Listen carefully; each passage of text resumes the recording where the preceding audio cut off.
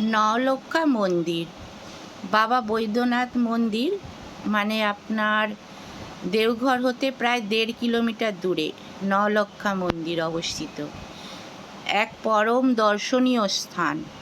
মন্দিরটি বেলুড়ের রামকৃষ্ণ মন্দিরের সঙ্গে বেশ মিল খায়। এখানে রামকৃষ্ণ বিরাজমান আছেন। সমগ্র মন্দিরটি শ্বেত পাথর দ্বারা নির্মিত।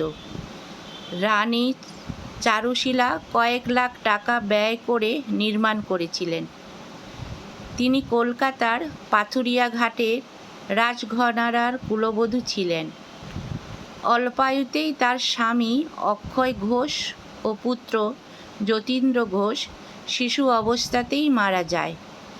রানীর সংসারের প্রতি বিরক্ত হয়ে যায়। তিনি করণীবাদে এসে সিদ্ধপুরুষ বালানন্দ ব্রহ্মচারীর আশ্রমে থাকতে লাগলেন। সেই সময় পশ্চিমবাংলার নাম করা ইঞ্জিনিয়ার শ্রী কালিদাস রাম এখানে আসেন। তিনি বালানন্দ ব্রহ্মচারীর শিষ্য ছিলেন। নওলক্ষ্যা মন্দিরের নির্মাণ কার্য তাকেই সঁপে দেওয়া হয়। মন্দিরের উচ্চতা প্রায় 146 ফিট।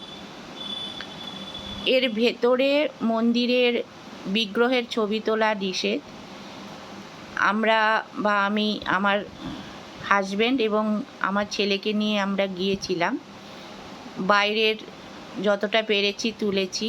তখন সূর্যাস্ত, ভীষণ সুন্দর পরিবেশ, শান্ত স্নিগ্ধ পরিবেশ। বাইরের ফটো তোলা কোনো নিষেধ ছিল না, তো সেইটা আমরা তুলেছি।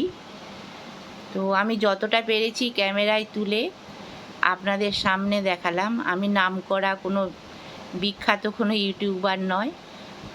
আমি শখে প্রায় বছরে 2-3 বার করে বেড়াতে যাই এবং এইভাবে ছোট ছোট ভিডিও করে আমি আমার ইউটিউব চ্যানেল একটা খুলেছি, সেখানে আপলোড করি। তো আপনারা যদি আমার চ্যানেলটিকে সাবস্ক্রাইব করেন এবং আমাকে যদি উৎসাহিত করেন, তাহলে আমি খুব আনন্দিত হব। আমার এই ভিডিওতে পুঙ্খানুপুঙ্খ সবই সুন্দরভাবে দেওয়া থাকে। তো আমি যতটা পেরেছি আপনাদের দেখানোর চেষ্টা করেছি। ভালো লাগলে আমাকে সাপোর্ট করুন, আমার চ্যানেলটিকে সাবস্ক্রাইব করুন। আমরা প্রায় বেড়াতে যাই।